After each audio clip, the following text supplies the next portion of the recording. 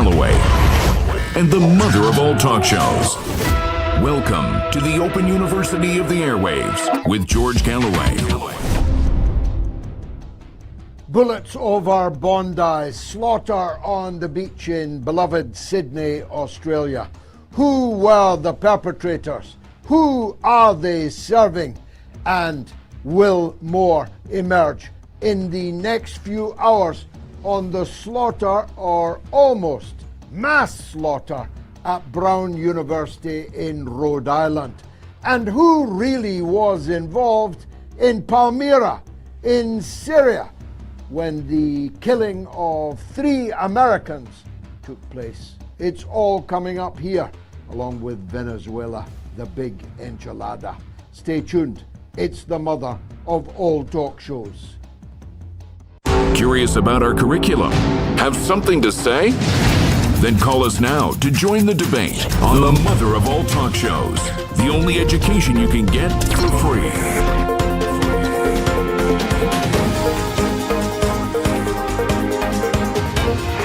George Galloway, the mother of all talk shows. With George Galloway, the world is our classroom, and you're welcome to sit in and join the seminar. Well, Candace Owens, the world's preeminent broadcaster, the biggest broadcaster in the whole world, warned us in November that the second week of December was going to be filled with incident. And she encouraged all of her followers, which are many, that they should bookend this tweet. Well, it has been a remarkable second week of December, and it's not over yet. First of all, 3 Americans were killed. Who knew that the Americans were still in Syria in such numbers, in Palmira? Well, 3 Americans, 2 of them soldiers, 1 of them a translator, were brutally killed by a security man, formerly at least close to the former head of ISIS and alqaeda in Syria, President, I had to choke over that word, President al-Shara Ahmed Julani. Well, who knows what that was all about? Reports say that the killer of the 3 Americans was about to be sacked, which means he wasn't yet sacked, but was somehow sent on a detail with American service personnel in Syria. Why are Americans still in Syria? Who are they serving? What purpose are they there for? And how many of them are now shooting ducks in the far from festival of light that is today's Syria? Donald Trump promised that there would be condign punishment, but who's going to be punished? If this man, and I've just seen a picture of him, 3 people away from President al-Shara, were rogue elements on behalf of whom? And how many rogue elephants are there operating on the fringes of al-Julani's ISIS al-Qaeda government in Damascus? If I was an American, I'd be asking those questions very keenly indeed. But even more keenly, I'd be asking what happened in Brown University in Rhode Island, where the fees are $100,000 a year. $100,000 a year for a university whose principal, who recently, 1 year ago, became a Jew, and whose pictures with his husband were all over social media at the height of the slaughter. Who is who and what is what at Brown University? I'll tell you why I ask. Because for $100,000 a year, you don't even get CCTV in the corridors. The principal didn't know which class had been occupied by apparently a lone gunman who managed to wander the corridors of the university and make his escape to a nearby hotel where we learn though nothing else about him have we learned, someone of interest has been picked up. Arrested is the wrong word, apparently. Well, what kind of security is in place at such a prestigious university, which has a very high proportion of Jewish students? Was nobody on guard that day? And if not, why not? And who is the person of interest? What's his name? Where does he come from? These are questions that if I was an American parent with a child at Brown University, I'd definitely be asking. But on the subject of security, let's turn to the horrific atrocity which took place today at Bondi Beach, where thousands of Jewish citizens, and of course, by the nature of Bondi Beach, many, many others, were gathered on the sands for an open-air Hanukkah festival and picnic, as they were, of course, entirely free to do. But where was the security?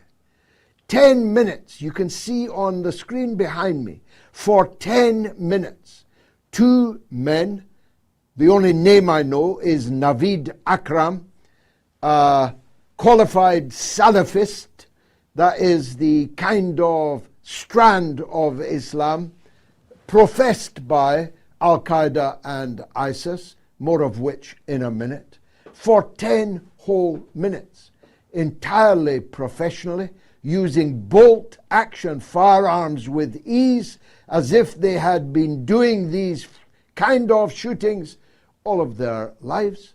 Bolt action, not an easy weapon to handle, but handled with ease by the aforementioned Naveedakram.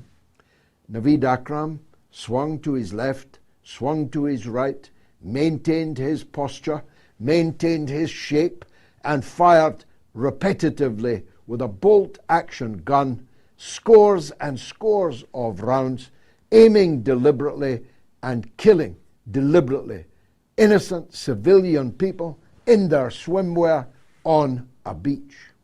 Now, I don't know who Naveedakram was working for. I don't know if he was working for anyone. So let's deal with what I know first and foremost. He is guilty of an egregious act of mass murder of civilian people on a beach on a religious holiday. No more grave crime can be imagined. No more grave sin can be imagined. So if he really thought that he was doing this on behalf of Islam, surely he will be condemned to eternal torture in hell, in the worst seventh circle of hell. No crime greater, no sin larger than slaughtering innocent people, imagining that you are punishing guilty people. No sin worse than systematically eliminating people on a beach whose names you don't know, whose views you don't know, entirely nihilistic, indiscriminate slaughter. That's what Naveedakram, the Salafist, was doing. If, on the other hand, he was one of the people that Candace Owens warned us about back in November, then I don't know what punishment would be suitable for such a man. I don't know if this was a false flag. I hope that we will, in time, know more about it. But if it was a false flag, then Benjamin Netanyahu would be acting exactly the same as he is acting right at this minute, this hour. Netanyahu is lecturing the Australian government that they are responsible for this because they recognized the Palestinian state. How's that for chutzpah? Netanyahu is claiming he warned Australia that the presence of large numbers of people in Australia who oppose the slaughter, genocide in Gaza was contributing to a set of circumstances that made an event like today, he said, inevitable. Well, there are two ways that it could be inevitable. And one of them is that you organized it. I'm not saying that you did. It's perfectly possible that these fanatic extremists, Salafists, did this all on their own. Not working for Israel, but they might as well be. Because, of course, the primary beneficiary of the slaughter on Bondi Beach today is that man, Benjamin Netanyahu. It is he who is the beneficiary. And now the slaughter will surely herald greater crackdowns on Muslims, greater crackdowns on Palestinian solidarity work in Australia, and maybe more widely, for this, of course, has turned into a global phenomenon. If 11 people, 12 people had been shot dead queuing for food in Gaza, you wouldn't even know about it. You wouldn't know the name of a single one of the slaughtered queuing for food in Gaza. If they'd been slaughtered on Gaza's beach rather than Bondi Beach, you wouldn't even know about it. No outlet would even report it, let alone urge you to sympathize with it. It's perfectly possible, though, that these maniacs did this of their own volition. It's perfectly possible that, like 7/7 in London, this perverted, degenerate strand of Islam that on 7/7 slaughtered 52 people on the London Underground and on a London bus, including in the station Whitechapel East that I then represented in Parliament. I saw the bloodied and the dead being carried out of the underground station. These people who committed that act were presumably not carrying out any false flag. They did it of their own volition. So my mind is open as to which of these two possibilities is involved here. But what I reiterate is that if this was a false flag affair, Israel and Netanyahu would not be exploiting it any differently to the way they are exploiting this. The anti-Muslim narrative, of course, unexpectedly, by an act of such heroism as to leave you aghast, the killer on that bridge was disarmed by a 43-year-old Muslim shopkeeper in Sutherland, Sydney, Australia, a fruit shop owner who sells watermelon, who sells strawberries and raspberries, actually jumped on one of the gunmen and disarmed him, and then spared his life, I should say. That was Islam in action, wasn't it? That was a Muslim in action, wasn't it? Remember his name, Ahmedalahmed. Netanyahu called him a Jew who jumped on the back of the gunman and disarmed him. Other Zionist trolls are saying he's a Lebanese Christian called Ahmed al-Ahmad. If you believe that, I've got a bridge in London I could sell you going cheap. This hero is the latest in a long line of Muslim heroes on the scene of such horrific acts of mass murder and terrorism. The railway guard on the train in Huntingdon in England, an Algerian British man who sustained horrific injuries protecting the passengers on the train from a machete-wielding madman who was proceeding from carriage to carriage, committing atrocities. He was released from hospital today, but you didn't know that because no British broadcaster broadcast it. He's already forgotten. Let's make sure that Ahmedalahmed, the hero of Bondi Beach, is not forgotten. He's an Australian national. That makes him eligible for the Georgecross. I demand that King Charles decorates him with the highest civilian award in the Commonwealth for a civilian act of bravery. I want to see Ahmedalahmed receive the Georgecross in Buckingham Palace. That's a direct demand from the mother of all talk shows to His Majesty King Charles III. So much else is happening in the world. The war apparently is starting in Venezuela. I said the war is starting because I could have chosen any number of them.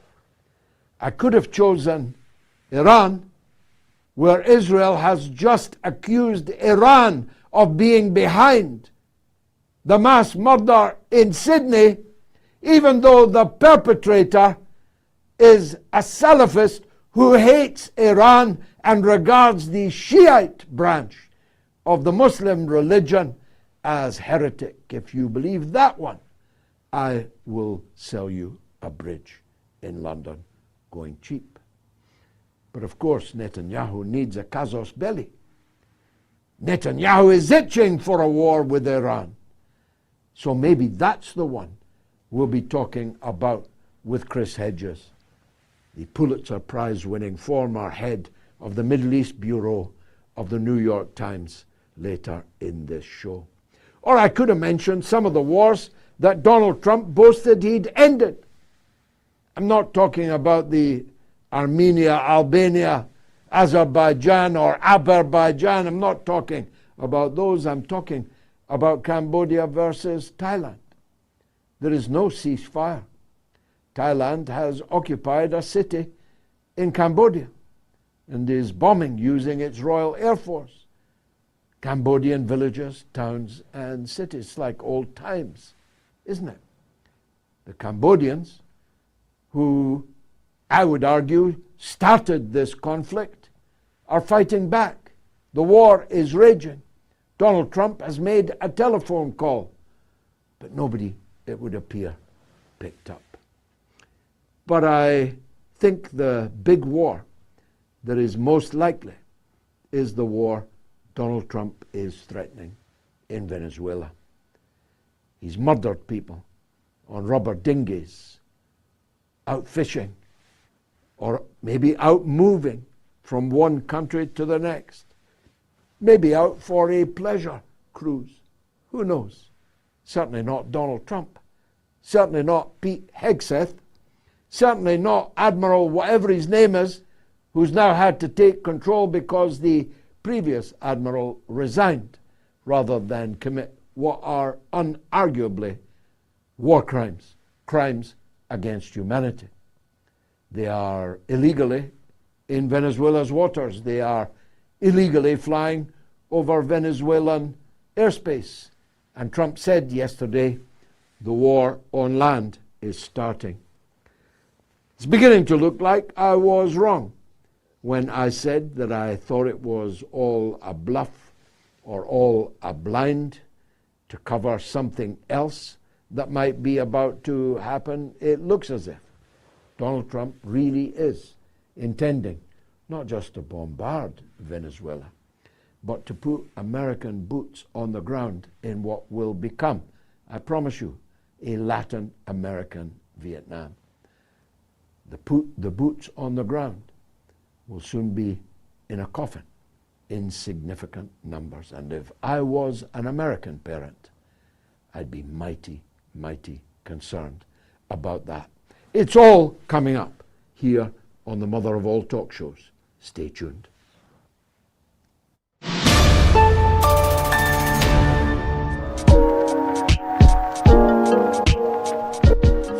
marks to you for your dogged persistence and your quiet and dignified insistence that you were right and I was wrong. I don't actually recall the clash that we had, but I would have to say that you are being proven right, and I am being proven to have hoped for things that have not transpired.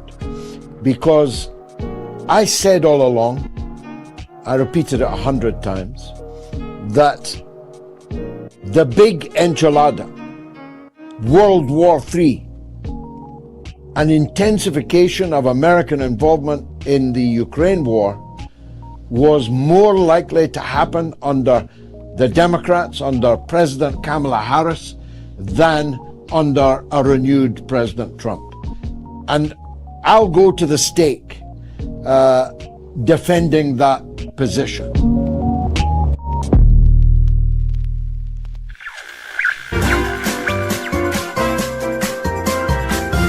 You are listening to the mother of all talk shows with George Galloway.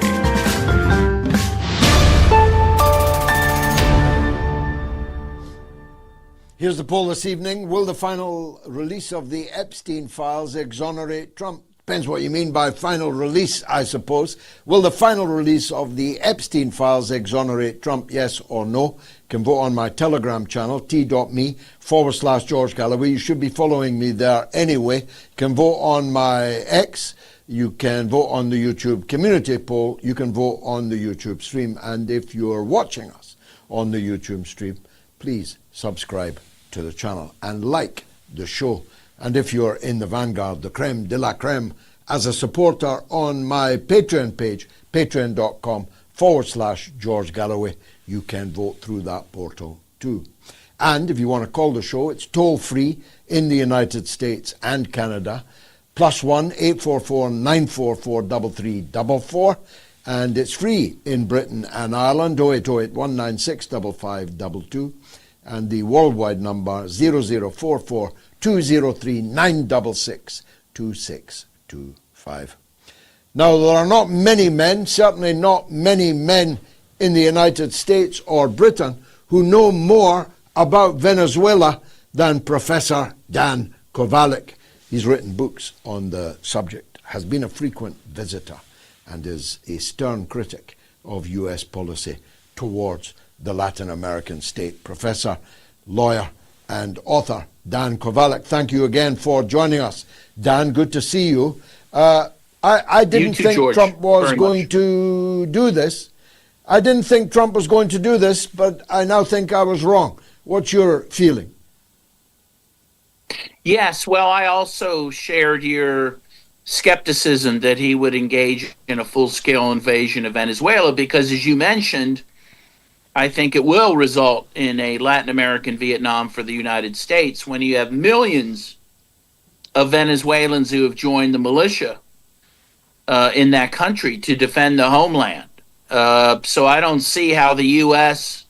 has nearly the human power to take that on. But as you say, it looks like Trump has painted himself into a corner. You know, when you make these kind of threats and you send a military flotilla to threaten a country, at some point you may feel like to save face you have to use it. And I think that's what we're seeing with Trump in Venezuela.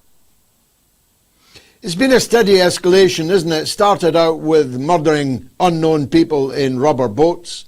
Then it moved on to piracy, the seizing of an oil tanker full of Venezuelan heavy crude, the very kind of heavy crude that U.S. refineries used to salivate over. They kidnapped the crew also. And now Trump says land action is starting. What does all that mean to you? Well, certainly what it means is we know what the real reason, of course, is for Trump's actions in the Caribbean. And it's not about fighting drugs. It's about stealing oil and in particular stealing Venezuela's oil. We know Venezuela has the largest oil reserves in the world. Trump has talked about the U.S. controlling those in the past, and that's what it seems this whole conflict, if you want to call it that, is about. As you mentioned, I represent one of the fishermen, the family of a fisherman who was killed, Alejandro Carranza, who was Colombian. And it's very clear these people were killed not because they were dealing in drugs, but really as a form of terrorism by the United States against both Venezuela and its neighbor Colombia, which is refusing to cooperate with the invasion of Venezuela. But I think you're right that now the real war with Venezuela seems to be beginning, and I think it will end tragically for everyone involved. It's something that we haven't seen in this hemisphere really in a big way since the early 20th century, right? Trump looks more like Teddy Roosevelt or McKinley than a modern-day U.S. president. Certainly not the actions of a peace president. But then he didn't get the Nobel Peace Prize after all. It went to one of his stooges, one of his hirelings, who they presumably intend to impose on the Venezuelan people in the presidential palace. But how is she going to get through the millions of militiamen in order to sit there? Yes, I don't think she in the end will be that person they're going to put in power, if indeed they were going to be able to do that. But I think that that she, Maria Corina Machado, was given the Nobel Prize shows how degraded our Western institutions are, right? That the Nobel Prize went to someone who openly calls for the invasion of her own country. And she was given it at a time when Trump was threatening the invasion of her own country. It seems like the Nobel Prize was in fact assisting and aiding and abetting this intervention in Venezuela. It's completely outrageous. Whether she returns to Venezuela now after being feted in Oslo, who knows? But certainly the goal is to put someone like her in power, who, by her own admission, has said she would like to open up the $1.7 trillion of resources of Venezuela, open that up to exploitation by Western interests. Now, you mentioned Colombia, and I know you're the lawyer to several important people in Colombia. Trump, like a mob boss, actually said this week, "You're next." Colombia's next. Yes, he's now threatening regime change in Colombia against a president, by the way, that no one disputes was democratically elected. There's not one person who claims he wasn't democratically elected. And he's a very popular president. He's a president that has taken Colombia from the grips of the ultra-right wing that Colombia has been in for decades, and he has created a more humane country, a country that has, I think reclaimed its dignity from years of U.S. domination. And now, as you say, the U.S. is threatening regime change there. It's just abhorrent. It's abhorrent. Now, the propaganda machine is in full blast. I keep reading that President Maduro is asking to go to Belarus or Cuba or somewhere in exchange for being able to take friends and family with them. This is just all lies. It is war propaganda of the most base kind. Maduro is going to stand and fight, is he not? He will indeed. He's a guy that will die with his boots on, and he will not bend a knee to U.S. imperialism. If you've seen, I'm sure, George, you've seen the videos of him walking through Caracas with throngs of people around him, no security in sight. He is not a man who fears his own people or fears his fate. He will stand tall. And I think Venezuela will stand tall. In the end, Venezuela will win, but who knows how many casualties it will take for that to happen. Well, that's the perplexing thing for me, Dan. Just the other week, my wife and I watched 5 nights in a row movies and documentaries about the Vietnam War. How could anyone look at the original Vietnam War in the 60s and 70s, calibrate the hundreds of thousands of American casualties, physical and mental casualties, 58,000 dead? Of course, Donald Trump didn't go there. His bone spurs problem allowed him to dodge the draft, though allowed him to disco dance and play golf for the rest of his life. How can an America that went through Vietnam be so sanguine about wading into another one? Well, it's a great question. It recalls to mind the words of historian Gorevidal, who said the USA stands for United States of Amnesia. I live in a country that forgets not even what happened 50 years ago, but what happened yesterday. And when you have that situation where we don't learn from history, and again, we don't even remember it, then we are apt to repeat it. And yes, we seem to be walking right into another Vietnam type war, or a Korean War before that. We didn't learn from that either.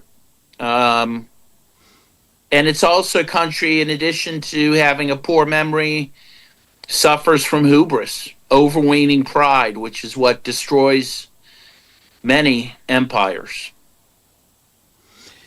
You know, you just reminded me of something I was looking at today. On this day, a young woman, forgive me, I forget her name, became the first black student at the University of Alabama, but only for 3 days. She had to be expelled on the 3rd day for her own safety, because the rest of the student body, with the lawful authorities standing by and allowing it, literally rioted, violently rioted about the presence of a black student in the University of Alabama. And this was in my lifetime, Dan. I guess nobody remembered that today either. But this hubris and amnesia, it's a deadly combination, isn't it? Absolutely. And it has brought our country to where we are today, where we've elected basically a con man, and again, who's stumbling into another war. The U.S. is addicted to war, and even against the American people's desires and interests. Most Americans, they don't want this war in Venezuela. The polls show that, right? They don't want the war in Gaza either. But our government doesn't care what the American people want. Trump doesn't care even about his own base that voted for him to end these wars. In fact, he bragged that he has 8 wars going and he's about to start a 9th one. As you say, it's a deadly combination. Deadly combination. And who knew that you still had so many soldiers in Syria, that 3 of them could be gunned down by a guy in the service of the government, of that tough guy that Donald Trump has recognized, dropped the bounty for, and handed substantial aid. What are the American people saying about that?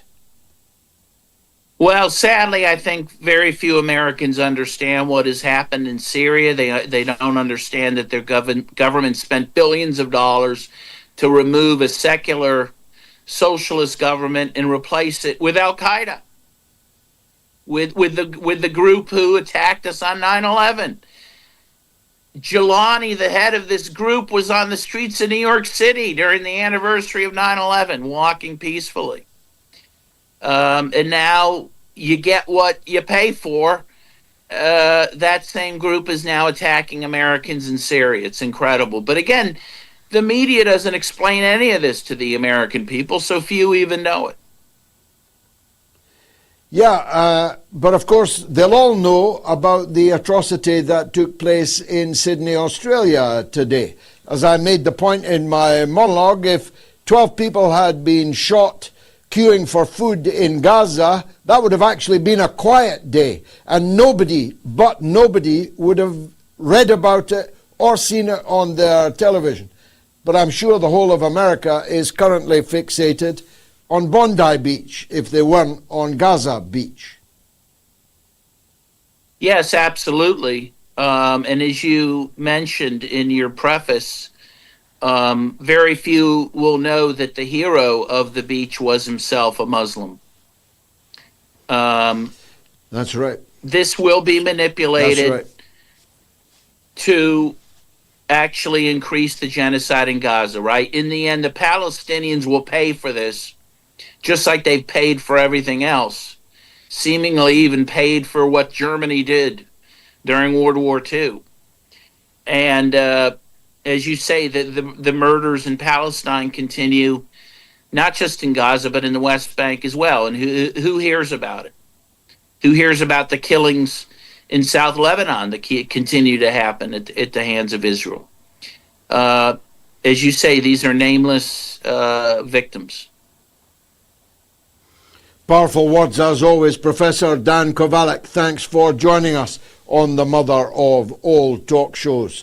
The first black student in Alabama, by the way, that I referred to earlier, was Autherine Lucy. She was, for 3 days, the first black student in Alabama. But they had to expel her because, for her own safety. Do you know what I mean? Let me take a break and I'll be right back with your calls. Stay tuned.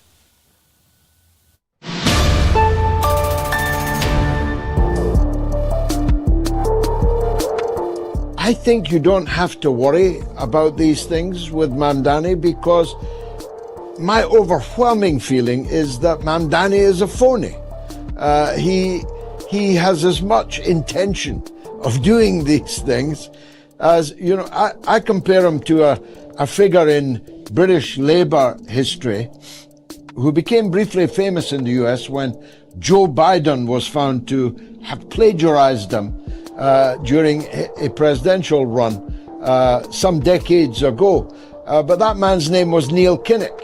He used to talk all this flowery, far left guff like Mamdani does, but he had no intention whatsoever of actually doing anything about it, of doing any of it. So there's no chance whatsoever that Mamdani is going to defund the New York Police Department.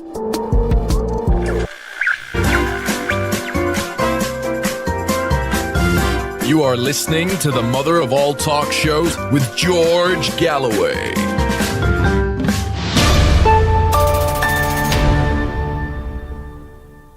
An update on the breaking news tonight. Australian police now say the number of people who have died in the mass shooting on Bondi Beach has risen from 11 to 16.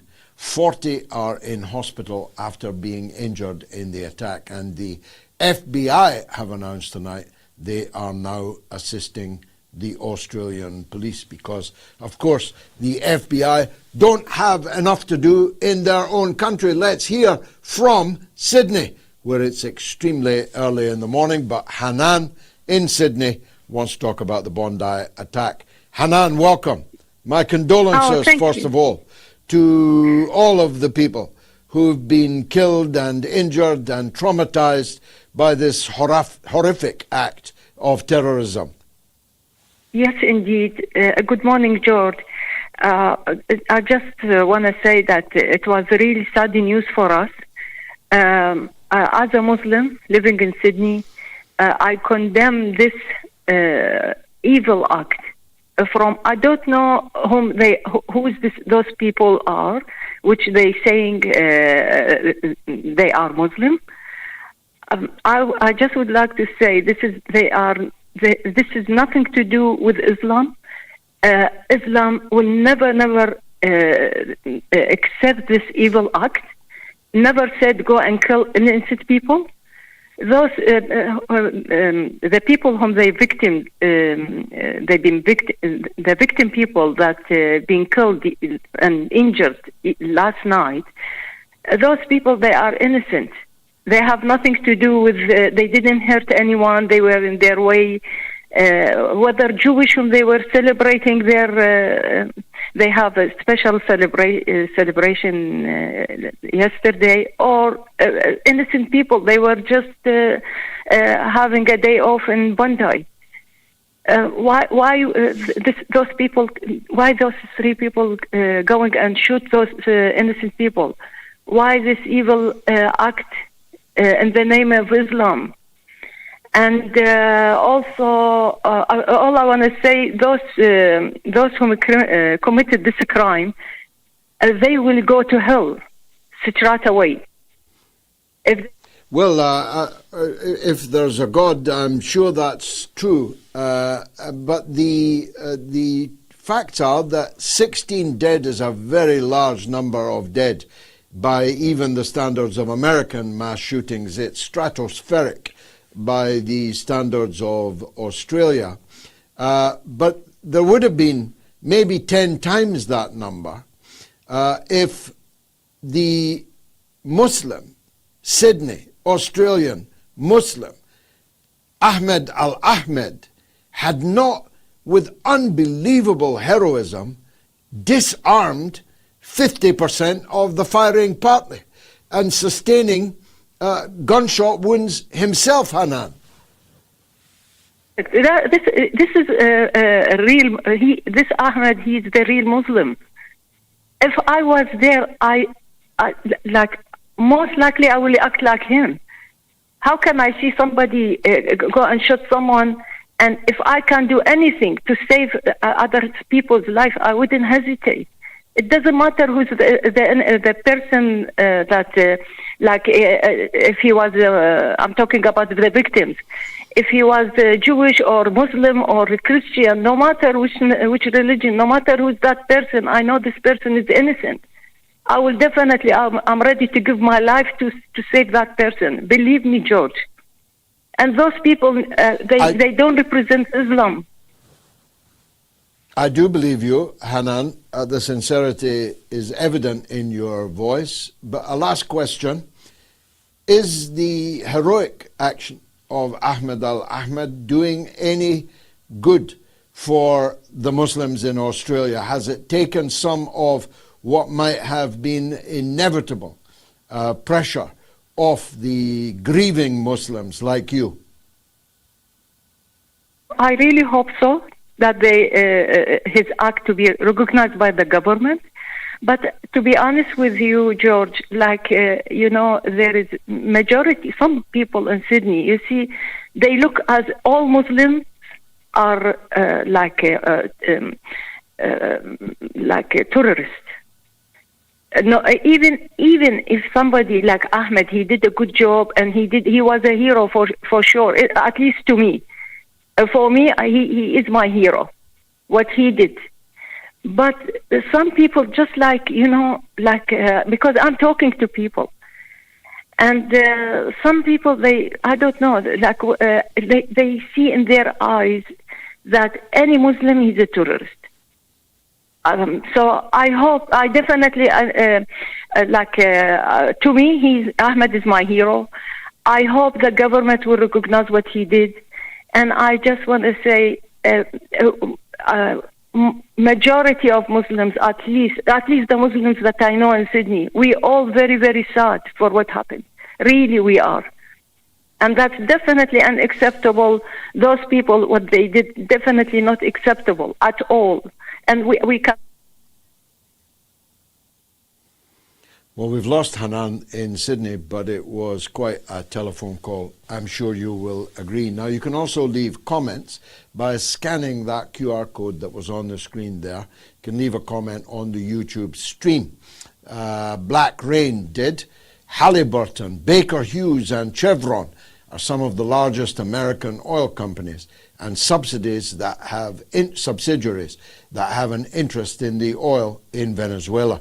And Piano Man says Nobel Peace Prize Committee must revoke the prize given to the charlatan Maria Machado. And Jack Klugman, great name, says IDF used to train the Colombian military and provide spyware. President Petro stopped that.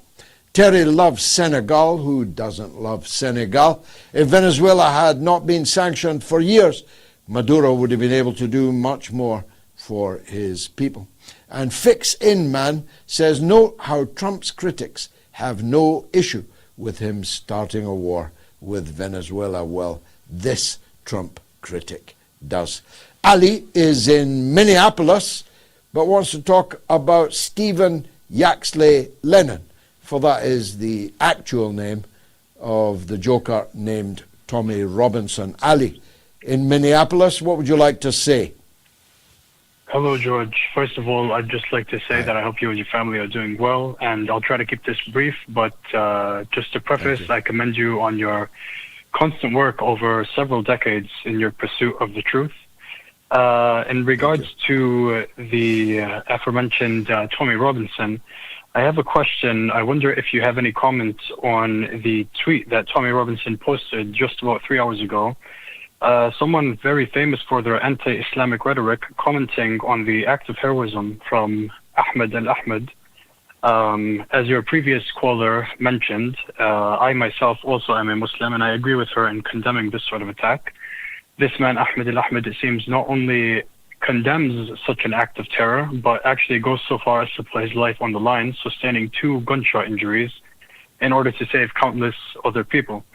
So I wonder if you have any sort of comments on how this sort of goes against the typical rhetoric we hear from people like Tommy Robinson.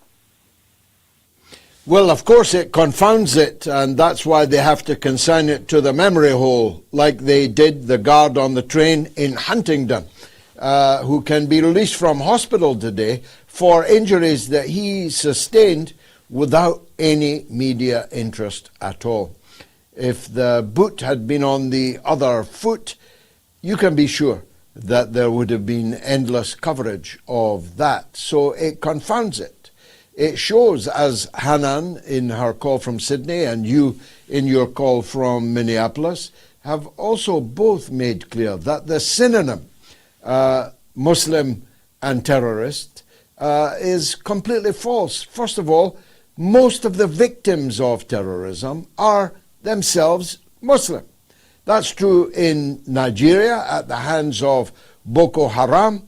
It's true of the people in the Arab world and Africa and Europe who have suffered at the hands of ISIS and alqaeda and other fanatic groupings like them.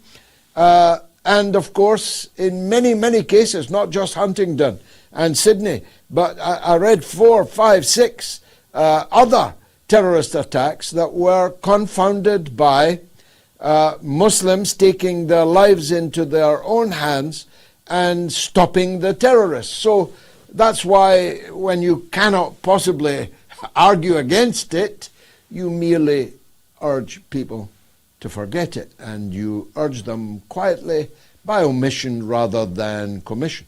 You simply don't mention it again. That's why I'm demanding Ahmedalahmed in Buckingham Palace receiving the George Cross for bravery from His Majesty King Charles III. Thank you, Ali. So time now for tonight's Wall of Fame. There should be a roll of drums at this point. Big thanks to tonight's top donors. Ellie Newt, George J. Ashkar Jr., who's a very generous weekly donor. Thanks again, George. Andrew Hoole, Diana Saleh, and Cliff Wells. So grateful to all of you who've been on the website, MOATS.tv, and left a donation to keep the 2 shows a week going. Please scan the QR code now and leave your donation. Hoz, my old buddy, is in London, but his heart is in Sydney. That I know. Hoz, welcome to the show. George, I hope you're well. We're good, thanks. Good. George, just a couple of things I want to talk to you about, and I might be a bit longer, and I hope you can entertain me for it. I just wanted to remind people that when JFK was done, it was a murder that went around the world, and that film was used to mentally traumatize the whole of America. When you had Charlie Hebdo happen, it was, again, another thing where you saw the gunfighting in the streets. It traumatized people. Charlie Kirk was another mass event. 9/11 was another mass event. And these are the kind of events that traumatize the brains of people who are watching what's happening to them. As in, like, when they watch that incident, they go, it disarms people mentally. What I wanted to say about today was we didn't get to see who actually got shot. What was the other side of it, which is the people doing the shooting.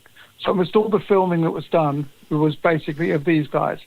I am so happy that a Muslim person disarmed that person, and it wasn't some Viking-looking Christian guy, or a Jewish guy, because then Bibi Netanyahu and the Tommy Robinsons of this world would get exactly what they want, which is Muslims are bad, Christians are good, Jews are good, and this is their way of just trying to divide humanity here. This operation is doing nothing other than helping the narrative people that have... Do you remember what Tucker Carlson said to you about? I know who is responsible for all this Islamic hate. I know who's causing this. These are the people that are behind the scenes, that press buttons, that groom people, that get them to do the things that they want to do, which is build the narrative up. This is not a critical mass event like the other ones I've described, in my opinion, and I think there's going to be a few more of them, because this is what they need to build it up. I don't know if you saw or not on Twitter as well. They were trying to link this to Hezbollah and to Iran as if those two are the people that have organized to send these hitmen there. And I'm so glad to see that the kid Naveedakram, I'm not going to call him a kid actually, he's a terrorist, was actually from a school of Salafi, something or another was a picture that we saw, so that they can't turn around and say he was sent there by there. For me, all of these people are nothing but being produced to divide us and get us to fight each other, so people who want to see people at each other's throats wanted to murder each other. That's all I wanted to say, George, and I hope you can agree with what I've said as well. Well, there are a number of things that arise from what you've said. The bizarre situation that, just like in the killing of the policewoman at the Capitol building near to the White House, people were Googling the name of both the perpetrator and one of the victims, the young woman, in Israel before the event. This is a very, very strange and as yet unexplained phenomenon. Secondly, it turns out that Naveedakram was Googled 15 times in Israel yesterday before the mass shooting. Thirdly, Naveedakram, I know about guns, as you know, Hoz. I know about weapons. I know who is a lunatic spraying bullets wildly, and I know when a trained marksman is taking shots at running people on the beach. And with a bolt action is a very difficult weapon for an inexperienced person to handle, and to handle to such deadly effect. Naveedakram is an expert marksman. He handled the weapon exactly correctly. His shots were rapid but steady. There was no spraying, there was no wildness evident in his rifle action at all. This is a man who's done this before. Somewhere he's done this before. Then there's the Candace Owens warning in November that we should beware the second week of December. And all of these things on one side are all deeply suspicious. But I also have to say, and I know there are lots of people who won't like me saying it, I've seen the way these people are ready to massacre people of their own volition. I saw them in Syria, cutting people's heads off. It wasn't Israel that was cutting the heads off. It wasn't America or Britain. These were Arabs and Muslims slicing the necks and cutting the throats and eating the hearts of people in Syria. I saw a little boy, a Palestinian boy, being beheaded on the back of a truck by the Salafist madmen who had captured him, taken him prisoner, and then cold-bloodedly sawed off his head. So there are people in the Muslim Ummah who claim to be Muslims, who are prepared to commit these grave crimes and commit these grave sins. I pray for their everlasting punishment, but they exist. Such extremists do exist. So whether this is a false flag or whether it is a genuinely self-determined act of mass murder, the result is the same. The result is exactly the same. Netanyahu would be saying what he's saying this evening in either event, and Israel will seek to profit from this atrocity, whether they are in any way involved in it or not. The likelihood of which of these two options turns out to be the correct one, we'll learn. In time, we'll learn. But the synonym, Muslims are terrorists, has been again reinforced in the mass murder that took place on Bondi Beach today. I know you have relatives or in-laws in Australia, in Sydney even, and I send my condolences to them through you. Thanks, Hoz, in London, for that call. Gunther is in Florida on Palantir. Go ahead, Gunther. Hi. Well, first of all, let me say your opening remarks were utterly on target. They ripped Netanyahu's narrative to shreds. Second, what you just said about what you witnessed personally kind of shook me enough to where maybe I don't even want to talk about Palantir, but it has to be talked about. And I really called to get your opinion. What do you know? I don't know very much about Palantir, except the owner seems to be some kind of freak, and that he is the funder of J.D. Vance, who one must presume will be the Republican nominee for president next time, if he hasn't actually become the president before then. After all, Donald Trump on some kind of mad course, and who knows whether he will stay the course. So you tell us, Gunther. Well, I think it's worse than we think. I do recall Charles, when he gave his address, I don't know when, about something about having unlimited resources.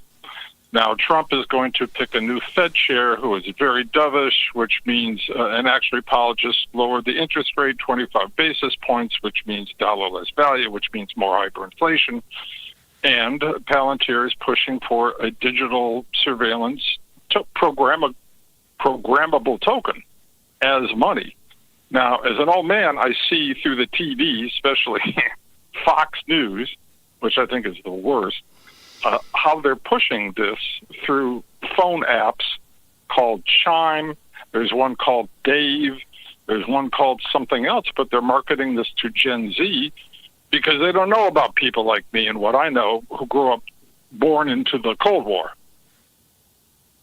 So I think that Palantir is a real huge menace. I think that they're so entrenched in the military-industrial complex, and we also know how Israel operates. So to me, there might be a tie, and I have to leave it at that. God love you, George. Well, you've excited my interest. I promise you we will have a guest on Palantir who knows everything, and we'll discuss some of these matters over the next few weeks, maybe after the new year. Gunther, many thanks for that call from Florida. I need to break now because I've got the one and only Pulitzer Prize winner, Chris Hedges, up next. Stay tuned.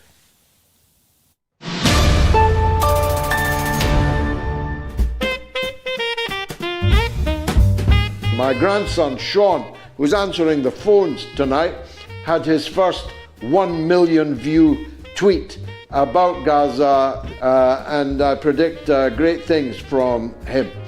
So we're not going to go away. We believe in the next life. We believe that we will all be judged on what we did in this life, and that will determine our fate. And so we face whatever we have to face, if not with equanimity. Can't say that the experience was one that one can feel sanguine about. It was genuinely horrific, and I'll never forget it. It was the more horrific for being unexpected by me. I never believed that someone like me, of my age, and with my background and with my position in British politics, would ever be told that I was being held under the Terrorism Act. I'm not unmoved by it, but I'm certainly undeterred by it.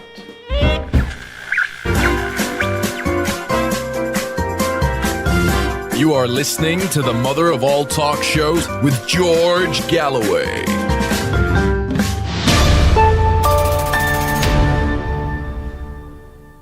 Will the final release of the Epstein files exonerate Trump, yes or no? You can vote on my Telegram channel, t.me/George Galloway. Follow me there anyway, on X, on the YouTube community poll, on the YouTube stream, and if you are one of the best, one of the vanguard, the creme de la creme, who follow me and support me on patreon.com/George Galloway, you can vote there too.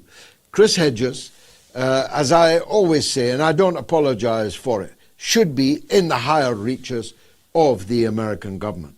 He is an intellectual of the very first rank. He's a Pulitzer Prize-winning journalist, former head of the Middle East Bureau of the New York Times, when the New York Times could make more of a claim that it was a real newspaper rather than a propaganda sheet. And he's the writer and host of the Chris Hedges Report. I know Australia is not your beat, Chris, but you're well familiar with how Israel seeks to exploit these kind of events, and historically has even organized them. What's your immediate takeaway on 16 people murdered on Bondi Beach and 40 severely wounded? Well, it's blowback to over 2 years of genocide. Let's not forget that on average, with this quote-unquote ceasefire, which is a faux ceasefire, 20 Palestinians are being, many of them children, are being killed daily. And of course, we both lament and the tragedy in Australia, but it's the failure of the international community to lament the genocide in Gaza, which dwarfs this kind of, this kind of attack. How do we expect the world, especially the Muslim world, to respond? How do we expect Palestinians to respond when 92% of Gaza is destroyed, 56% of Gaza is now occupied by the Israeli military, and it's a kind of creeping occupation where they have the very poorly marked, quote-unquote, yellow line, demarcation line, which is just being pushed forward on a daily basis. The other day, 2 children, 8 and 10, got too close to that line and they were shot and killed. So I think having spent a lot of time in the Middle East since October 7th, there is an understandable frustration, even rage, that Palestinian lives don't matter, that the Western governments, including Australia, which provides parts for F-35s, is continuing to perpetuate this slaughter, and the world is doing nothing. That doesn't condone it. To understand is not to condone. But we have to begin to understand that without the kind of sophisticated weaponry that Israel has, I mean, that's why you and I have spoken so strongly against the use of the word war in what's happening in Gaza. The Palestinians, of course, do not have a navy, mechanized units, an army, an air force, missiles, not to mention the wholesale surveillance where they're able to track Palestinians 24 hours a day. It's been, and of course, a Plus 972 released that internal Israeli military study that said by the Israeli military's estimates, 83% of the people who have been killed have been civilians. So, and they just, of course, yesterday carried out a targeted assassination, again in violation of the ceasefire, against a Hamas commander. So, blowback, that's a term invented by the CIA after the war in Afghanistan. That's what we're seeing. And I think, as you point out, you can never assume that it isn't a false flag, because Israel has frequently used them. That's how they got the Iraqi Jews to flee Iraq, by bombing synagogues. We now know, mostly because of the research of the great Israeli historian Avi Shlaim, that those bombs were planted in Iraqi synagogues by Israeli agents. So, but it's a gift in many ways, of course, to Netanyahu, who will use it. But I think that the whole ability of the Zionists to essentially conflate Judaism with Zionism has gone a long way into perpetuating this kind of anger and rage. The fact that nearly all Holocaust scholars who see in any criticism of Israel a betrayal of the Holocaust have refused to condemn what's the genocide in Gaza. Not one institution dedicated to researching and commemorating the Holocaust have drawn the obvious historical parallels or decried the mass slaughter of Palestinians. And this is not lost on especially people in the global South who suffered their own Holocaust, whether that's in India, Kenya, or anywhere else, the Congo, what's now Namibia, the Hamero and the Makwa, on and on. Their Holocausts are never recognized by the Western perpetrators. So I think all of that has been kind of swirled around in a way, and I know from being on the streets in Cairo and Amman and in the West Bank that there's tremendous and legitimate frustration that the world just doesn't intervene when brown people are slaughtered daily, including 20 a day. So let's lament, as we should, and condemn the killing of Australians on a beach. But what about the 20 Palestinians who are being killed every single day in Gaza? Well, it's difficult to argue with any of that, and I, of course, will not try to. I'll ask if we might shift gear and begin a tour of the flashpoints which might lead to wars that will dwarf the death toll on Bondi Beach. Let's start with Venezuela. Both you and I believed that Trump would not actually invade Venezuela. We both thought that he might well try to deliver death from the air. But he said yesterday that the land war is starting. Does he mean it? And do the American people have any idea what therefore may lie ahead? I still am skeptical that we're going to see a wholesale U.S. invasion of Venezuela, given the troop numbers, given the cost, given the debacles of these fiascos in the Middle East that have defined American military adventurism over the last 2 decades. I don't think there's any appetite among the American public. But then there are lots of other methods, and of course, including seizing tankers, blockades, and obviously covert activity, which the Trump administration has been quite open about, to foster regime change. All of this has been turbocharged without question. And perhaps I could be wrong, but I'm certain that there's no appetite for it within the American public. I just think it would be such a large military operation, and of course it would not end quickly, and maybe even not end well. So I wonder whether they would cross that line, especially given the shellacking the American military has endured in the Middle East, whether that's in Iraq, Afghanistan, Syria, and let's not forget the Ukraine, which is an American proxy war, but it's not going well for the Americans, except for the arms companies. Arms weapons manufacturers. I wanted to come on to that.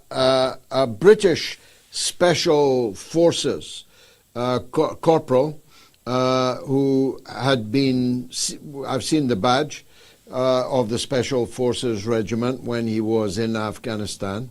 A British Special Forces soldier was killed far from the front lines, Keir Starmer said, though he didn't tell us where and in what circumstances. We keep hearing about NATO personnel being killed, maybe even captured, as long ago as Mariupol. Even though there is no official involvement by NATO in the war in the Ukraine, it's now abundantly clear that NATO and individual NATO members are all over and deep, knee-deep in the bloodshed in Ukraine. And we've got these four stooges, Zelensky, Merz, Macron and Starmer. Are they still intent on getting involved in the war, or have they begun to recognize that Daddy's left the house and he's not coming back, that the US is tired of this war? Well, first of all, on involvement, I mean, one of the things that precipitated the Russian attack on Ukraine was the fact that I think just the United States alone, if I may have the figure slightly off, about 1,500 military trainers. Ukraine was becoming a de facto NATO country, if not officially a NATO country. And that was something that, going all the way back to Gorbachev and Yeltsin, the Russian leadership had said is a red line that should not be crossed. So this has been a NATO project since before the war, and was one of the things that precipitated the reaction, or baited. Let's be clear, baited Putin to essentially send Russian troops into Ukraine. No, of course they're all over it. We know that the United States essentially runs the intelligence operations for the Ukrainians in terms of picking targets, in terms of monitoring Russian troops. That's how the Ukrainians were initially able to stop the seizure of the airport in the first few days of the Russian invasion, because all of the internal communications of the Russian military had been hacked or were being read by U.S. intelligence, which they then fed to the Ukrainians. I have no ability to get into the heads of Starmer or Macron. These are not particularly thoughtful or moral, or these are trolls, really. Of course they can't. If Trump pulls the plug, then I don't think they have any option but to go along with essentially a cessation of the war. The war, there was always, from the American standpoint, the American military standpoint, it was always very cynical. They knew that the Ukrainians could never win a war of attrition, as I think I've said many times on your show. It's a proxy war to degrade the Russian military and isolate Putin. And if Ukraine is destroyed and tens of thousands of Ukrainians are killed and wounded, well, what do the Americans care? I mean, I covered proxy wars all over the world, in El Salvador and everywhere else, and those aims have been largely achieved, but that was always the intent, and it was always going to end like this, whether it was Trump or someone else.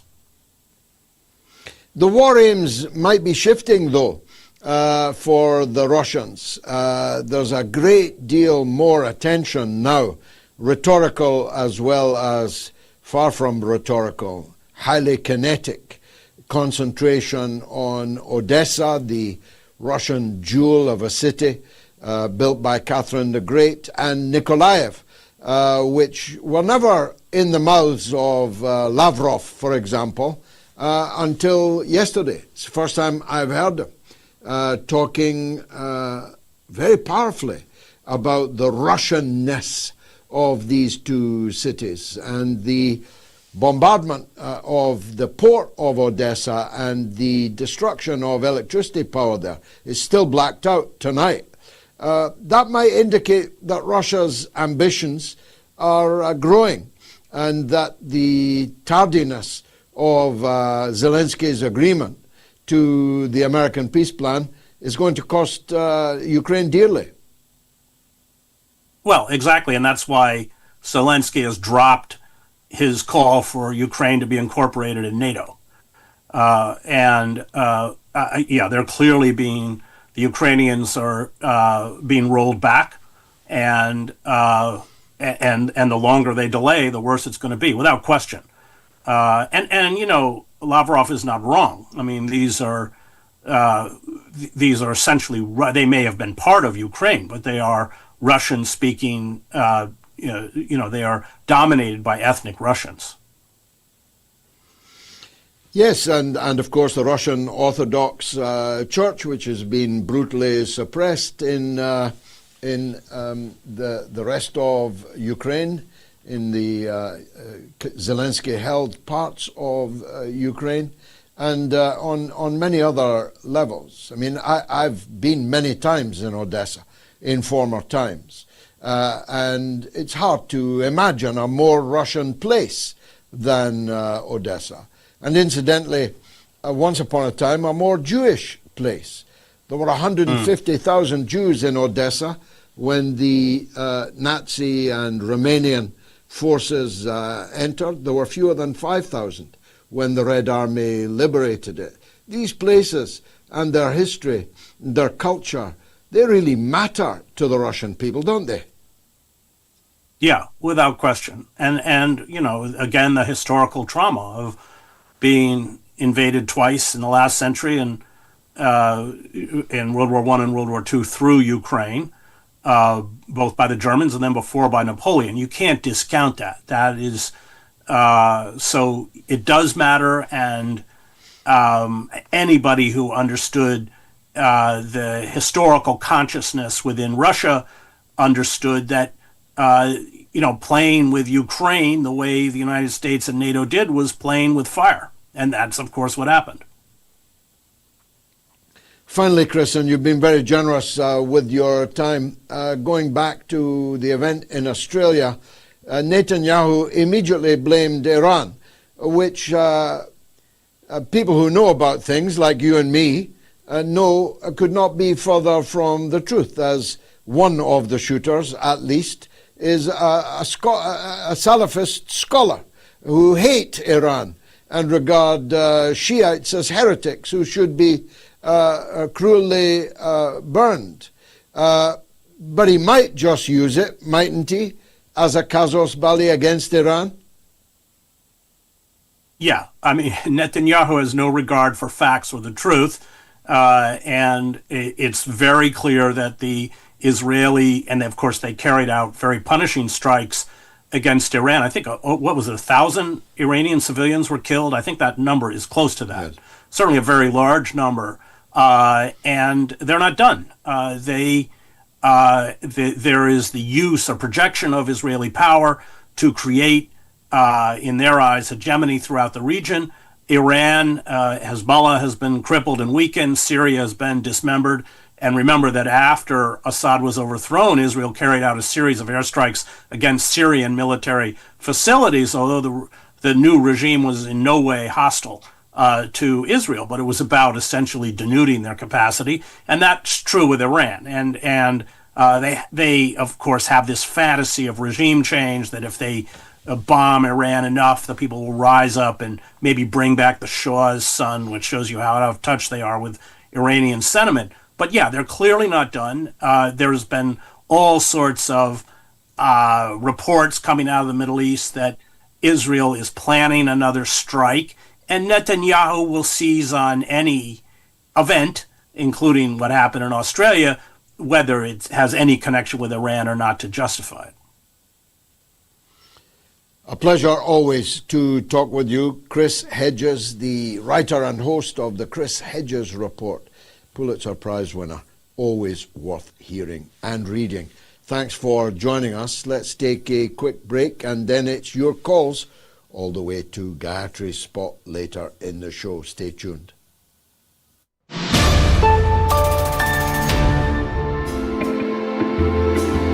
Fabulous. Two great calls in a row there. One from California, one from Orlando. I think that Japan is walking on extremely thin ice in the provocations that they are currently allowing the US to manipulate them into making. I've spent a lot of time in China. I was there just a couple of weeks ago. There is visceral feelings about Japan in China. Of all of the countries of the world, China will never, ever, ever, ever forgive what Japan did to the Chinese people. They murdered more than 20 million Chinese. The war, which for us started in 1939 and for you started considerably more than that, further on than that. Japan invaded China in 1931 and didn't leave until their defeat in 1945. They further invaded other parts of China in 1936, and they killed 20 million Chinese people.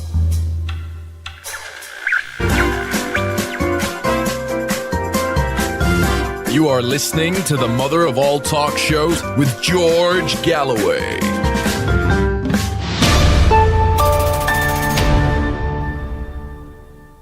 Will the final release of the Epstein files exonerate Trump? Yes or no? Get voting. You've got about 20 minutes to cast your vote. Let's go, meanwhile, to Peter in England, in Bury, about Bondi Beach. Peter, welcome. Hello, George. A good Sunday to you. I'm very sad about what's happened in Australia.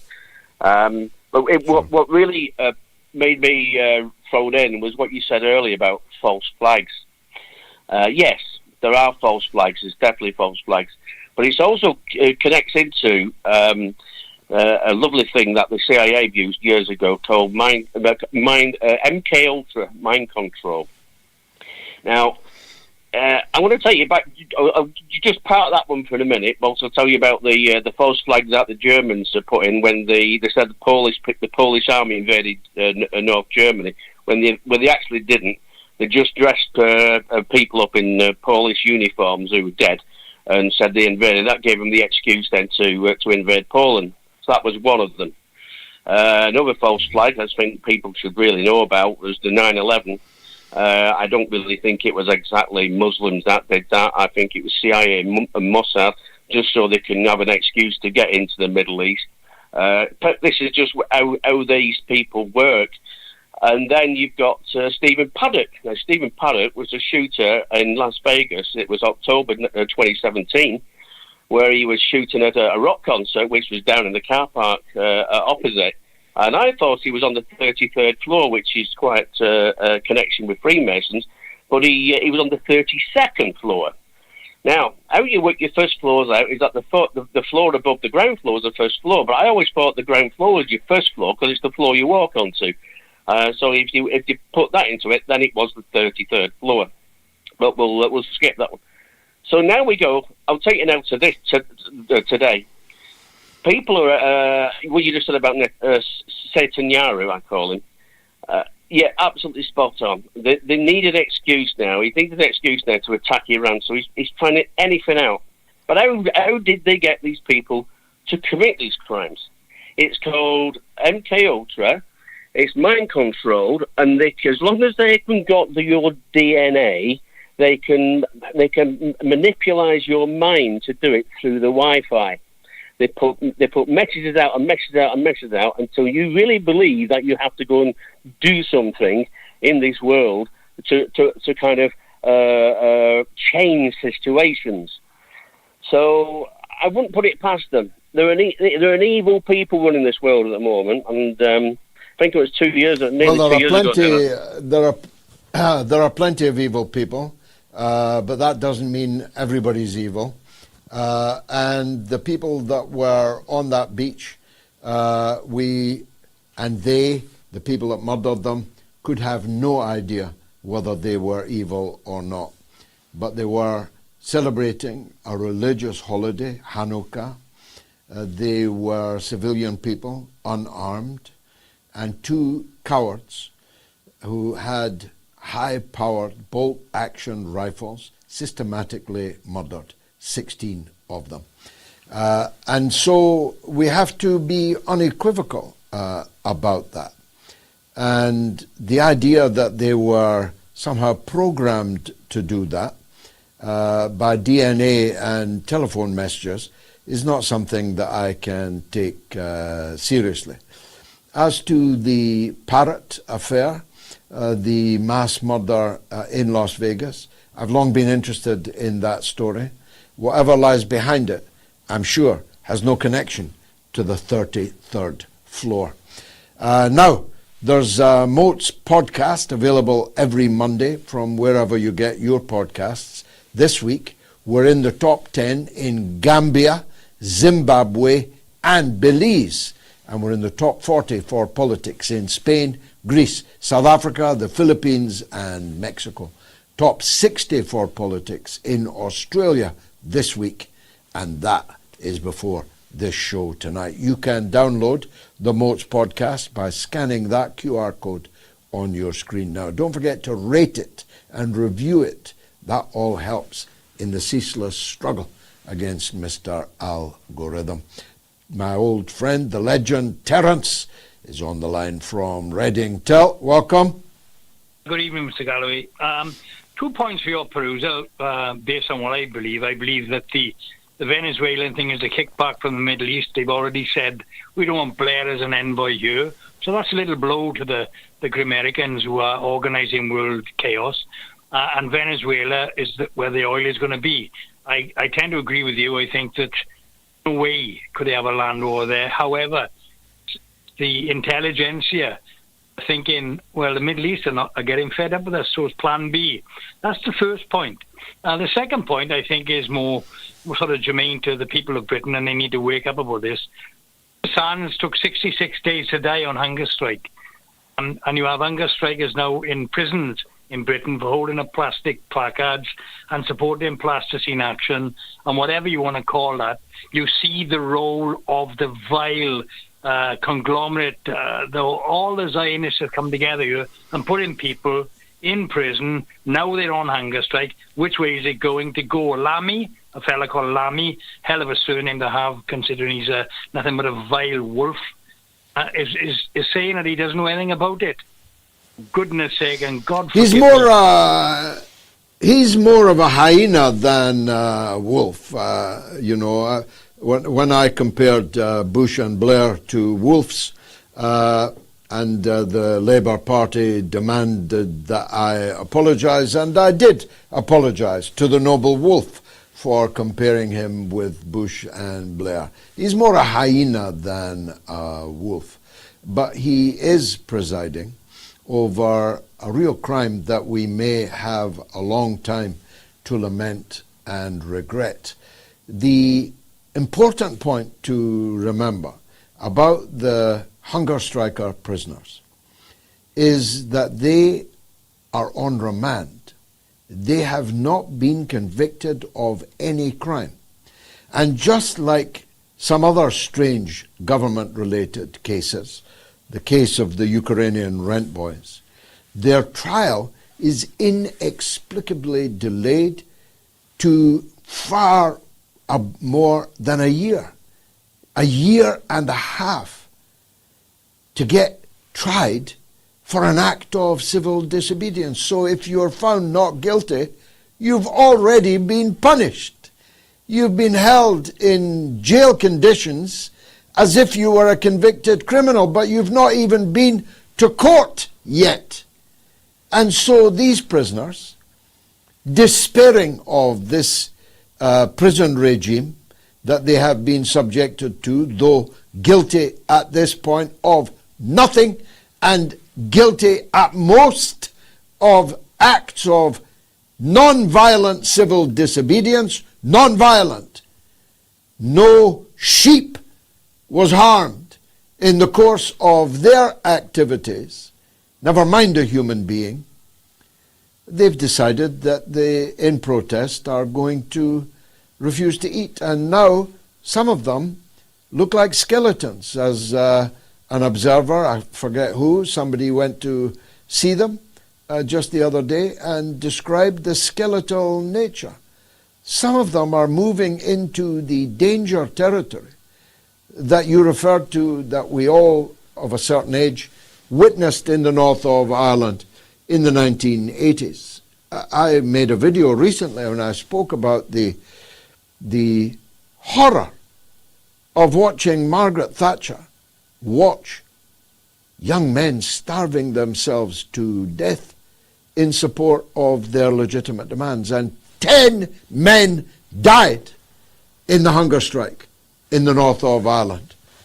There are now 9 people on hunger strike in British jails against the conditions in which they are being held on remand as untried and therefore not guilty people. If David Lammy allows them to die the deaths that the 10 hunger strikers in the north of Ireland died in the 1980s, I really don't know what to say. I don't know what that would say about him, but I do know that it would sow, as it did in the north of Ireland, bitterness and hatred and enmity to British institutions that we could only have cause to regret. Thank you, Terence. Now, if you made it onto the Wall of Fame tonight, the MOATS big donors, here are this hour's members of the exclusive MOATS Club. Bilo Gali, Rasmus Pedersen, Mark Blocker, Marina Siderias, and a huge thank you to Donna Ross, who's been upgraded to a MOATS legend. Donna from Panama. Go now to the moats.tv website and see what you can do to help us. Meanwhile, Gerardo is on the line from Glasgow, but on the Bondi attack. Gerardo, what would you like to say? Good evening, George.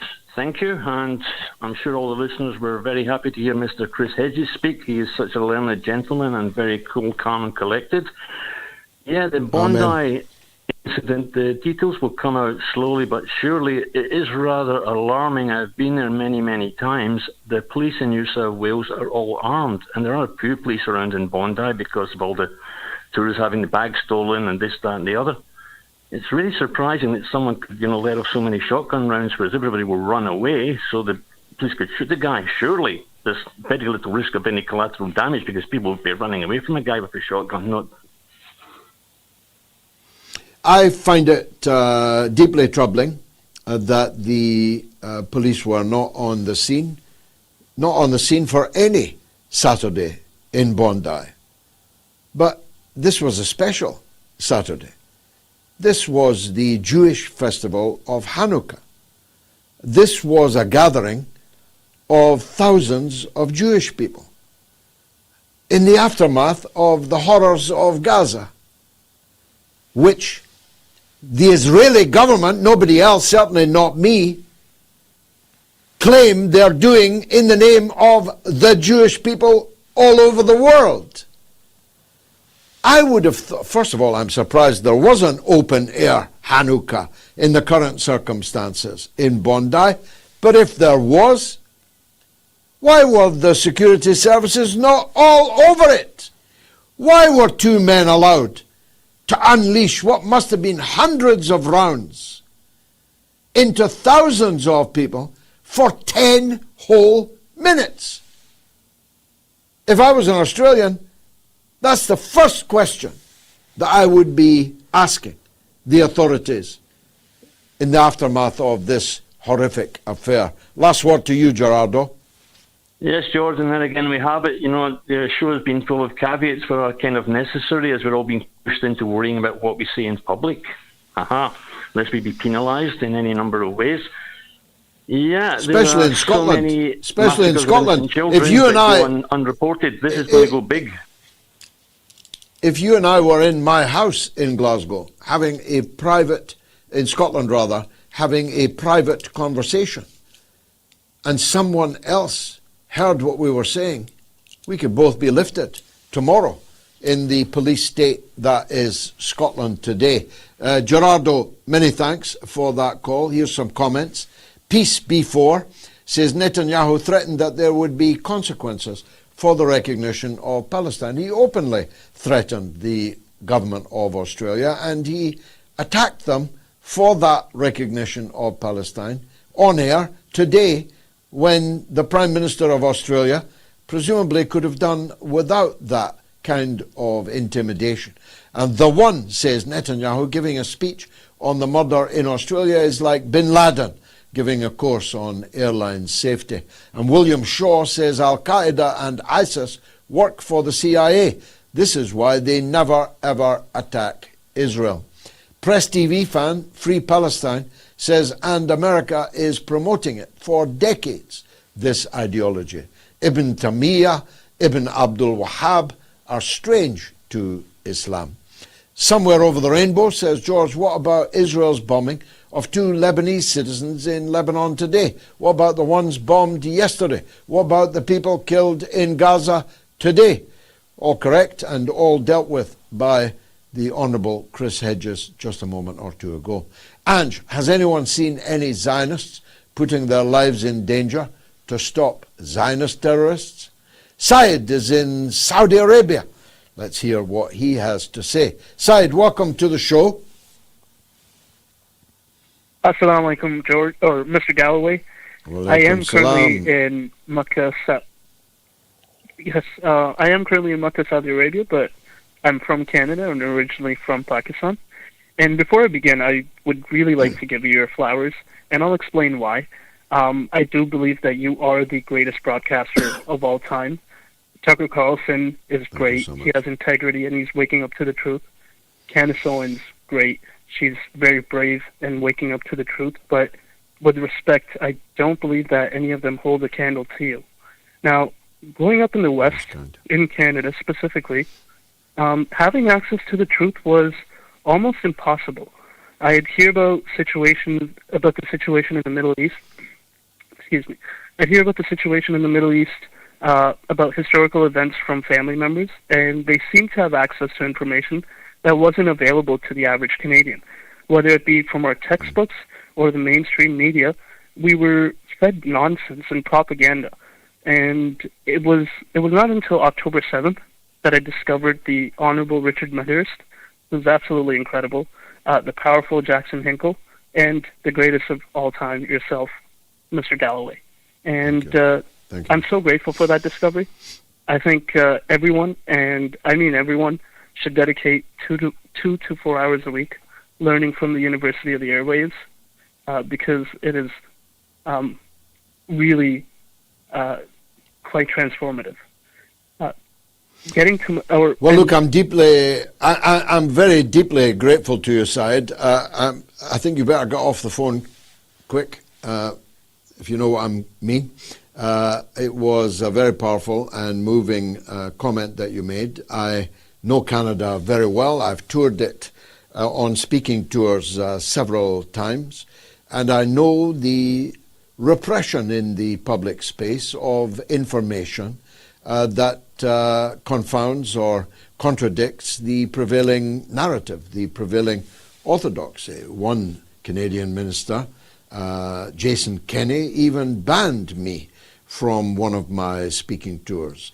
Canada showed that it was a country still governed by laws at that time, by the judge giving a 60-page judicial caning to the government, and Jason Kenney in particular, and lifted that ban, and I triumphantly toured Canada again. But I was at all times conscious of two things: the number of great people in Canada with unquenchable thirst for the truth and for information. My meetings all over the country were thronged. And if, I wouldn't try now, but if I were to go there now, they'd be thronged many times over. There's a huge block of public opinion, unrepresented mainly in the Canadian Parliament, that wants to know or already has discovered, like you, the truth of the matter. And the second thing I was acutely aware of was just how rotten, rank, and frankly unutterably boring the Canadian media was, and I'm sure still is. You've never known state propaganda until you've watched CBC, the Canadian equivalent of the BBC. You have never read the propagandistic bilge that you find in the mainstream Canadian newspapers. But of course the internet has revolutionized all that, and you can even hear me and talk to me from Mecca in Saudi Arabia. Side, thanks for that marvelous call. Scott is in Manhattan, and he's got the best question I've ever had, so we better hear it. Scott, welcome. George, I apologize. I haven't called in for a while, and that isn't because I don't love you. I'm 60 years old and retired for the last few years, and I spend about 14 hours a day watching what I like to call esoteric geopolitical online media. That's like mother of all talk shows. It's The Gray Zone. It's Judging Freedom. And because I spend all day listening to all these shows, I have, on some level, I'm a little bit angry. And I'm going to tell you why I'm a little bit angry. Because these shows are unbelievably great in describing things. They describe how the United States provoked the war in Ukraine. They describe the evil of Israel. They describe Trump pirating Venezuela. They describe all these things that you don't see in the mainstream media.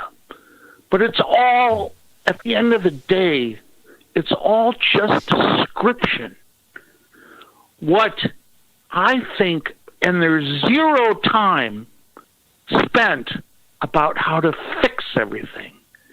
And I want you to respond, and then give me a chance, after you respond, I'm going to describe to you how to fix everything.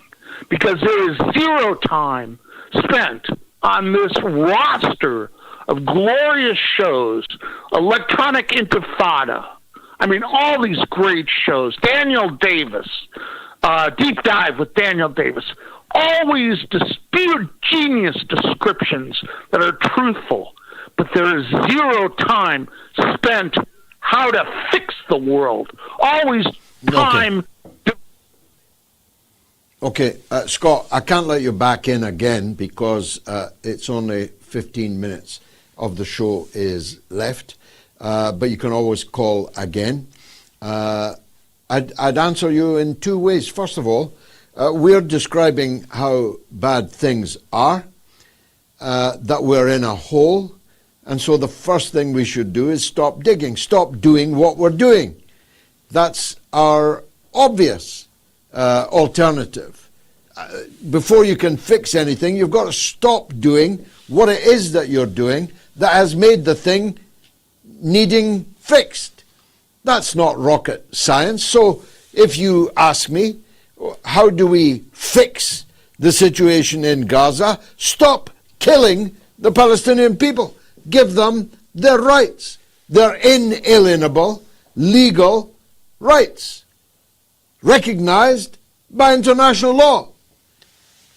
In Washington, D.C., they signed the Oslo Peace Agreement, which became the Washington, D.C. Lawn Peace Agreement, which became the United Nations Security Council Peace Agreement, but none of it has been delivered. So I could give you 100 things that you could do to fix Gaza. But first you've got to stop what's happening in Gaza, and it hasn't yet stopped. I could give you 100 things that we have to do to stop the war in Ukraine and stop the likelihood of conflict with Russia spreading across Russia's near abroad. Stop trying to color revolution, regime change. Kazakhstan, Georgia, Azerbaijan, Kyrgyzstan. Stop overthrowing governments. Stop funding those who are trying to overthrow governments. Stop meddling in Russia's near abroad. You would never tolerate it. Never. If Russia and China were meddling in Mexico and Canada in the way that your country is meddling in the neighboring countries of Russia. And so the same is true of all of the things that these great broadcasters that you describe are talking about. The first priority is to stop doing what we're doing. And then you might have a point if we didn't have an alternative. Personally, I've got an alternative strategy for virtually everything. And you can call me again and have it out with me. There's an update on the mass shooting in Australia, and I must say it's a surprising one. The New South Wales Police are currently holding a news conference in Sydney. They've just announced that the two shooters involved in the massacre are a father and son from originally Pakistan. The father was 50, who is dead. The son, who is 24, is still alive and being treated for injuries. They had 6 licensed firearms, which were found at the scene. 16 people have been killed. 40 are in hospital. A 10-year-old girl who died in the hospital is among the 16 people to have been killed in the attack. London-born Rabbi Eli Schlanger, a father of 5 who had welcomed his latest child 2 months ago, has been named as one of the victims. That rabbi was a very frequent visitor to the IDF in Gaza, in the Gaza conflict, a prominent supporter of Netanyahu's insane genocidal war on Gaza.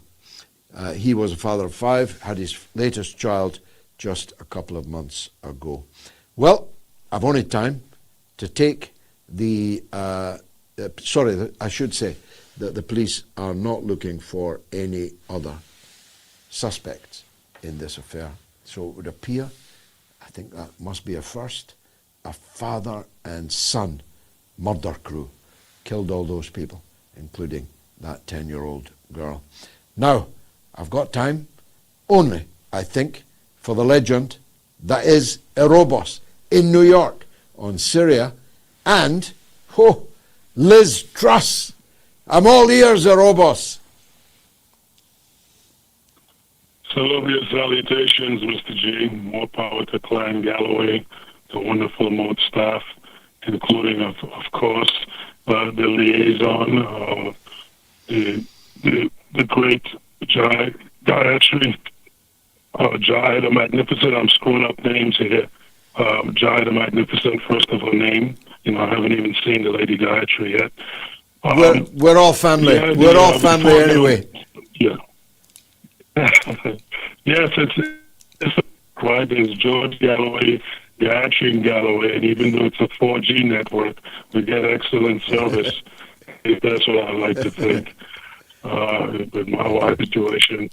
In any event, before I get on to who do you trust, us in Lisby Trust, before I get on to her, I was just thinking that I wanted to give some condolences to the people of Indonesia, because as powerful and as highly regarded and internationalists of high pedigree and perspicaciousness that you are, you're not able to cover, unless if you did 4-hour live streams like Richard Medhurst and Caleb Maupin and Jackson Hinkle and people like that. You're not able to cover 198 countries and 2 territories. You know, so Gayatri fills us in, you know, not just with her country, but these stories around where people are and going through it. So she fleshes out the whole in as limited as possible. You know, to the Marines or soldiers in Syria, it reminded me of the Benghazi situation, right? The September 17th Brigade of throat cutters and terrorists, right? These were all CIA trained on the same compound as the ambassador Christopher Stevens and the others that were killed. And, you know, from my perspective, the establishment, 3-letter agencies, all of them, they're not beyond sacrificing their own once in a while just to perpetuate and continue up a cause, right? And like with the father-son shooting over here in Sydney, I remember under Obama, just like Benghazi, there were many shootings across Europe where these fanatical zealot jihadist extremist type guys, Salafists, Wahhabite, wherever they are, you know, there were random shootings all around Europe, in Paris, all over the place.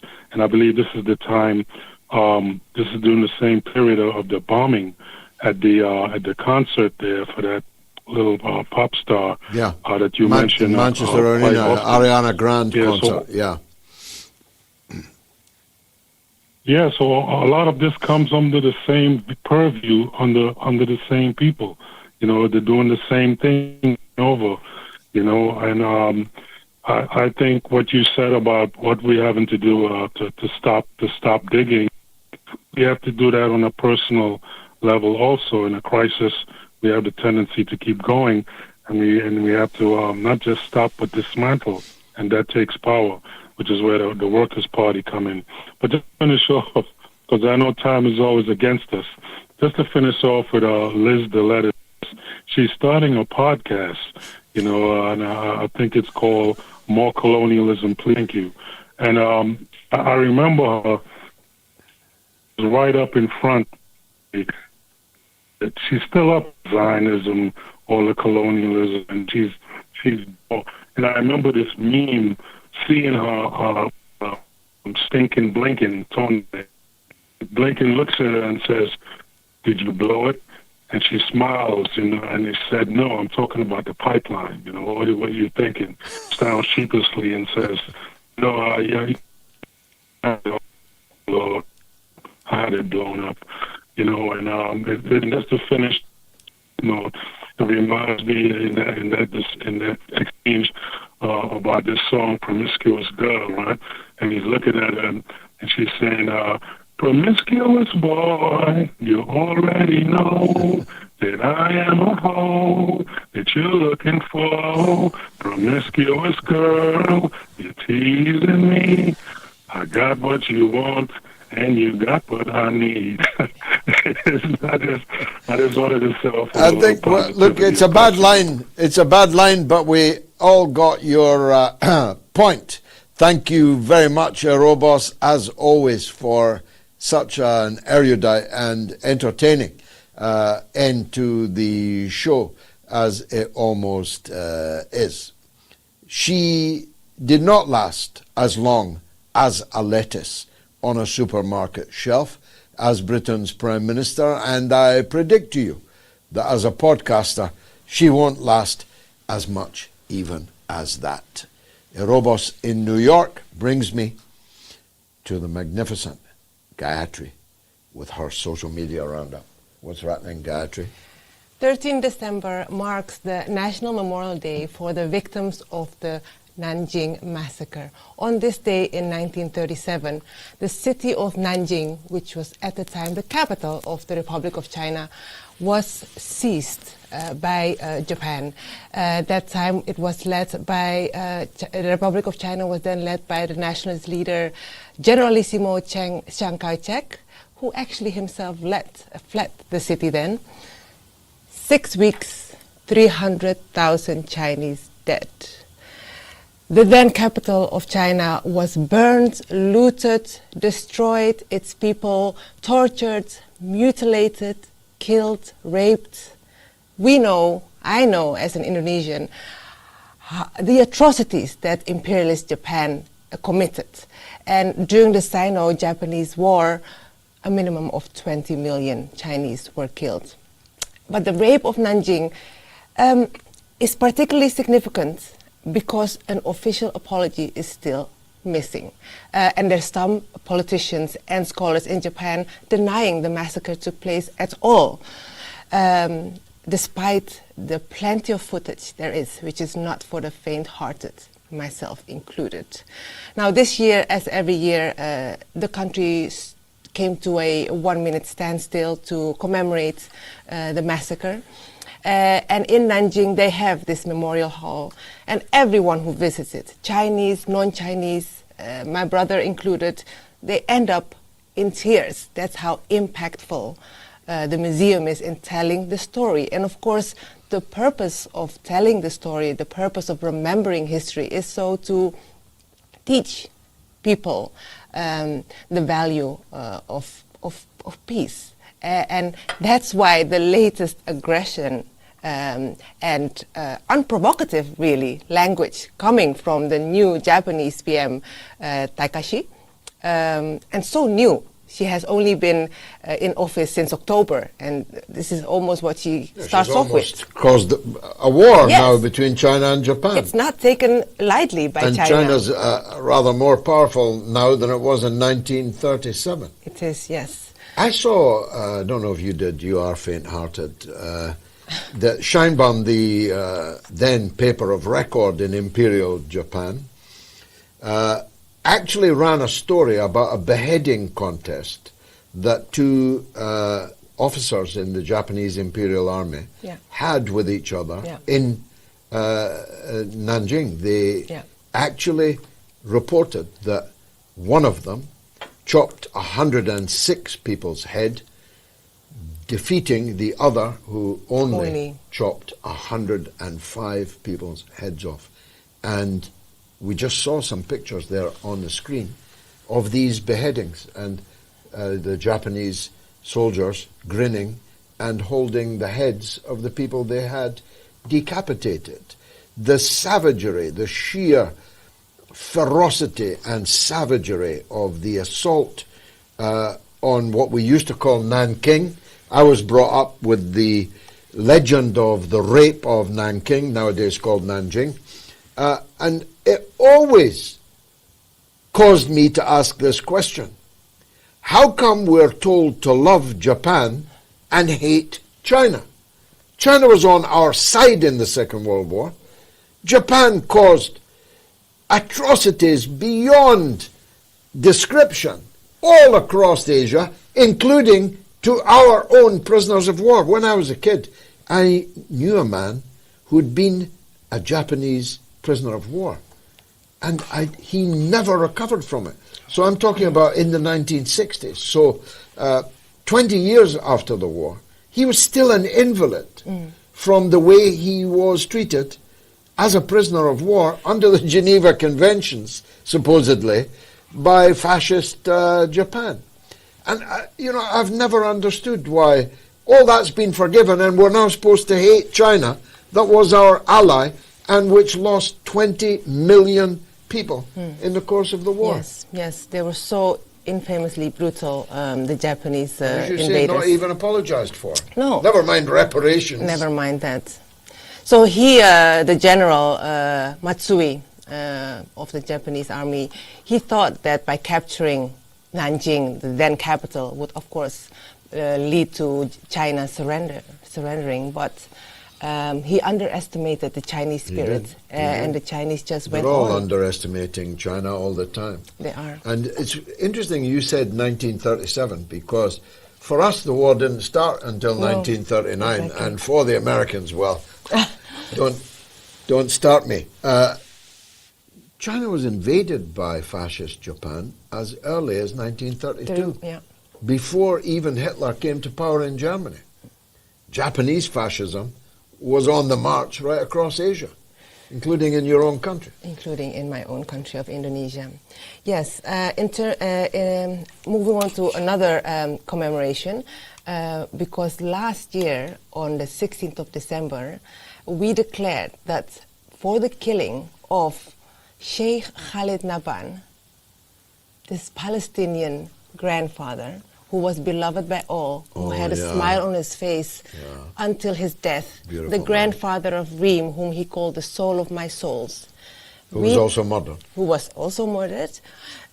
We called upon that day to be World Grandfather's Day. So that's this Tuesday, 16 December. We remember Sheikh Khalid Nabhan and all our grandfathers. What a beautiful thought to end on. Now, talking of the Far East, as we Westerners arrogantly describe it, we are headed that way. So the mother of all talk shows will be coming to you from many capitals in Asia over the next few weeks. MOATS Asia. MOATS Asia, finally! And of course, there will be a show on Christmas Eve. There will be a show on New Year's Eve.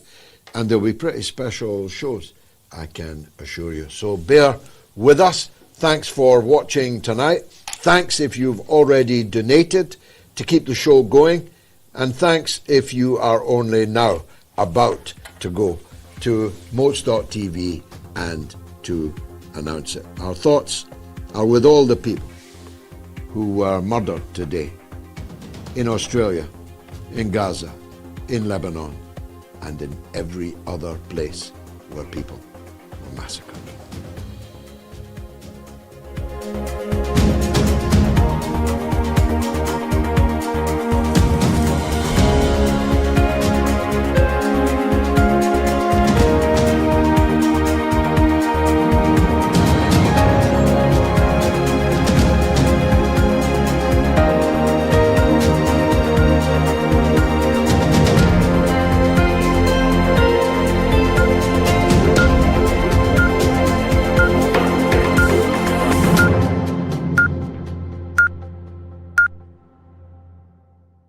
It's the mother of all talk shows. It's the mother of all talk shows. It's the mother of all talk shows.